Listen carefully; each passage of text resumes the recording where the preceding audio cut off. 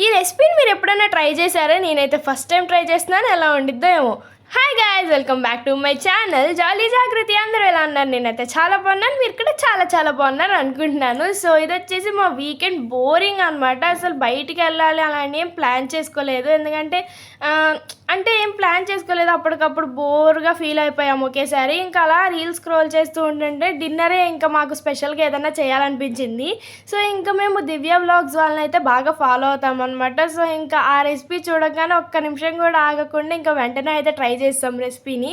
ఇంకా దీనికి కావాల్సిన సింపుల్ ఇంగ్రీడియంట్స్ మన ఇంట్లో మోస్ట్లీ అవైలబుల్ ఉంటాయి.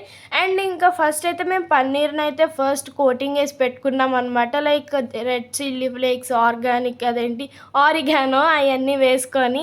అండ్ ఈ రెసిపీ అయితే నేను ఫస్ట్ టైం ట్రై చేస్తున్నాను. యాక్చువల్లీ రెసిపీ నేమ్ చెప్పకుండా నేను ప్రాసెస్ చెప్పేసినట్టున్నాను. ఇది వచ్చేసి ఒక వెజ్జీస్ బౌల్ అనమాట. అంటే లైక్ ఫుల్ ఆఫ్ వెజ్జీస్ ప్రోటీన్స్తో అయితే నిండిపోయి ఉంటుంది. సో ఫస్ట్ మేము రైస్కి వచ్చేసి అయితే గార్లిక్ ఫ్లేవర్ రైస్ అయితే చేయబోతున్నాం. మేమైతే బాస్మతి రైస్ యూస్ చేసాం. సో వాళ్ళు కూడా అదే యూస్ చేశారు. సో ఆ వీడియోని మేము బ్లైండ్లీ ఫాలో అయిపోయి అయితే రెసిపీ అయితే ట్రై చేసాం. రెసిపీ మాత్రం సూపర్ అంటే సూపర్ వచ్చింది.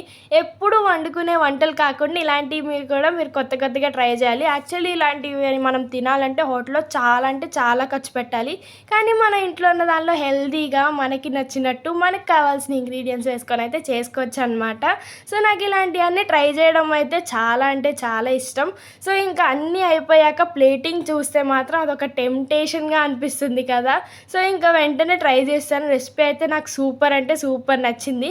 ఇలాంటివి మీకు ఇంకా మరెన్నో వీడియోస్ కావాలంటే ప్లీజ్ నా ఛానల్ లైక్ చేయండి, షేర్ చేయండి, కామెంట్ చేయండి and subscribe my channel. Stay tune.